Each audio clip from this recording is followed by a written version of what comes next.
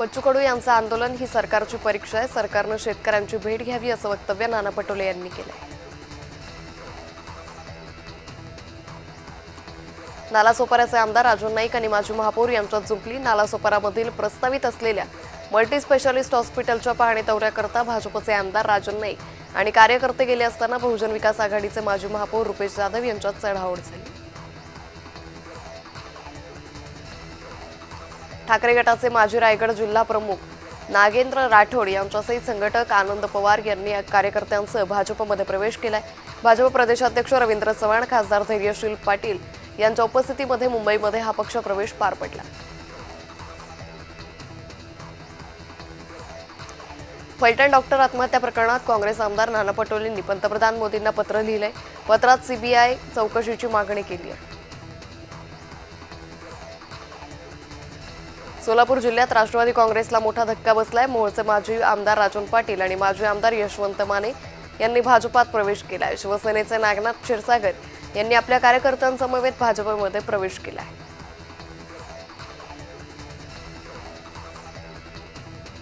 महिलांवर सातत्याने अत्याचार होत आहेत। डॉक्टर संपदा मुंडे हत्या झाली त्यानंतर पुरावे लपवले जात आहेत। राहुल गांधी यांनी कुटुंबातील सदस्यांसोबत संवाद साधला। राज्य सरकारने प्रकरण दाबायचा प्रयत्न केलाय। या प्रकरणी सीबीआय चौकशी केली जावी अशी मागणी नाना पटोलेंनी केली।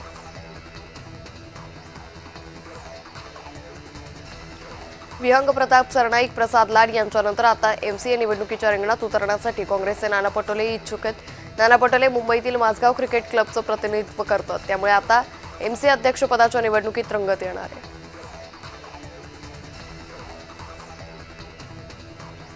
फलटण महिला डॉक्टर आत्महत्या प्रकरणी त्या महिलेचा सीडीआर बाहेर कसा आला असा सवाल सुषमा अंधारे यांनी उपस्थित केला आहे।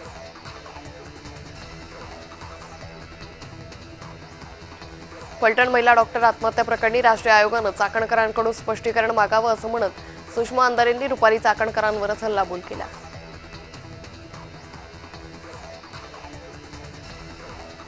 सुसाईड नोटमधील अक्षरांमध्ये फरक आहे, महिलेच्या हातावर दुसरं कोणी लिहिलंय का याचा तपास करावा असा सवाल सुषमा अंधारे यांनी यंत्रणांना केलाय। फलटणमध्ये 33 नाईक निंबाळकर कोण आहेत असा सवाल ठाकरे गटाच्या प्रवक्त्या सुषमा अंधारे यांनी उपस्थित केलाय।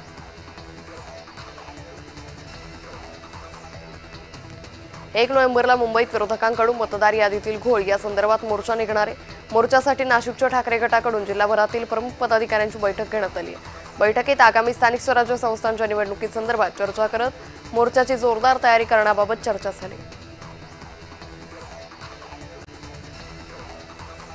सदावर्ते हा मनसेचा कोणताही कार्यक्रम असला तरी विरोध करत असतो। सदावर्ते हा भाजप आणि शिंदेचा पेड नेता आहे। बुद्धिबळासारखा सोंगट्या मूव करतात तसा सदावर्तेला भाजप आणि शिंदेकडून चालवलं जातं अशी टीका मनसे नेते यशवंत किल्लेदार यांनी केली।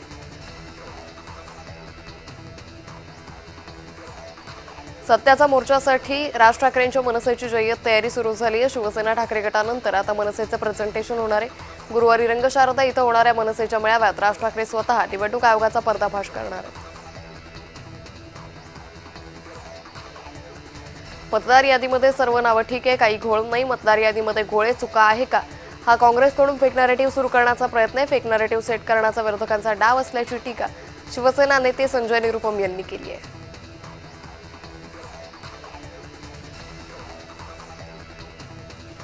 निवडणुका जिंकण्यासाठी कुणाला चपटी द्यावी लागते, कुणाला कोंबडं कापावं लागतं, कुणाला बकरे कापावे लागतात, लक्ष्मीचं दर्शन घडवावं लागतं या वादग्रस्त विधानानंतर आमदार प्रकाश सोळंके यांनी स्पष्टीकरण दिलंय।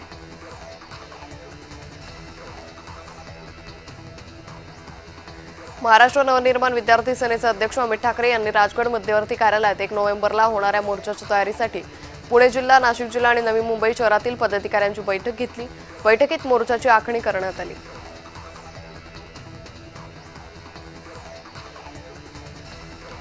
पालिका निवडणुकीत तिन्ही गटाला सन्मानपूर्वक जागा वाटप होईल। फॉर्म्युला काय असणार ते मला माहित नाही। शेवटी याचा निर्णय एकनाथ शिंदे हेच घेतील। किती जागा देणार, किती जागा सोडणार हे ठरवण्याचा अधिकार एकनाथ शिंदे यांनाच आहे असं उदय सामंतांनी म्हटलंय।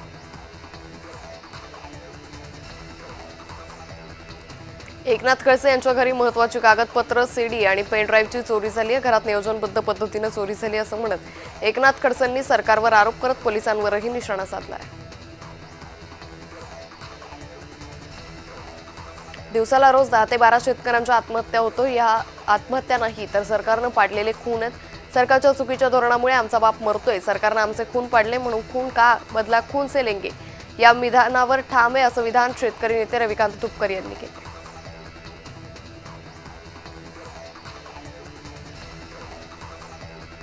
मुंबई महापालिका आयुक्त भूषण गगराणी आणि महाराष्ट्र प्रदूषण नियंत्रण मंडळाचे अध्यक्ष सिद्धेश कदम यांच्यात बैठक झाली। बैठकीत हिवाळ्यात मुंबई आणि मुंबई उपनगरात वायू प्रश्नाबाबत चर्चा झाली। बांधकाम प्रकल्प सुरू असलेली पायाभूत सुविधा कामं, हवामानातील बदल यावर चर्चा झाल्याची माहिती आहे।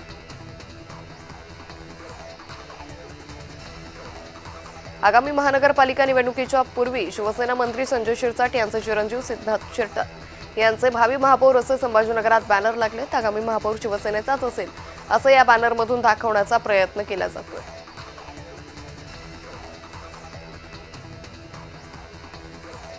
राज ठाकरे आणि उद्धव ठाकरे यांच्यातील होत असलेली जवळीक पाहता ठाकरे गटाचे नेते शिवतीर्थावर राज ठाकरे यांच्या भेटीला जात आहेत।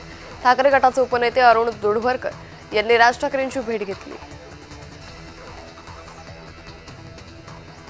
युतीबाबत वरिष्ठ नेते निर्णय घेतील। आपापसात राजकारण दिसलं तर त्या लोकांना मी निवडणुकीतून बाद करेन। रत्नागिरीतील जनता दरबारानंतर नारायण राणेंनी कार्यकर्त्यांना इशारा दिला।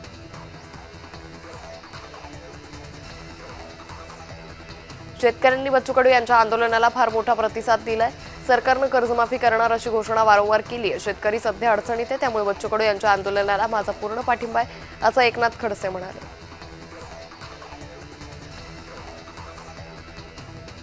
पंतप्रधान नरेंद्र मोदी यांनी आपल्या मॅरिटाईम व्यवसायाला एक वेगळी दिशा दिली आहे। पंतप्रधान मोदींच्या नेतृत्वात महाराष्ट्राची या क्षेत्रात ताकद वाढते। वाळवण हे देशातील सर्वात मोठं पोर्ट असेल। फक्त मोदीजी होते म्हणून आम्ही हे स्वप्न पूर्ण करतोय असं देवेंद्र फडणवीस म्हणाले।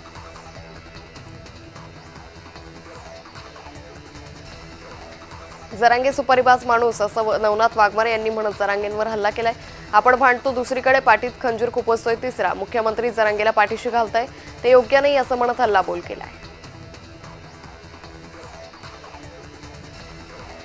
पवार गटाचे मेहबूब शेख यांना जीवे मारण्याची धमकी देण्यात आली। महिला डॉक्टरच्या आत्महत्येप्रकरणी आवाज उठवल्यानं धमकीचे फोन आले।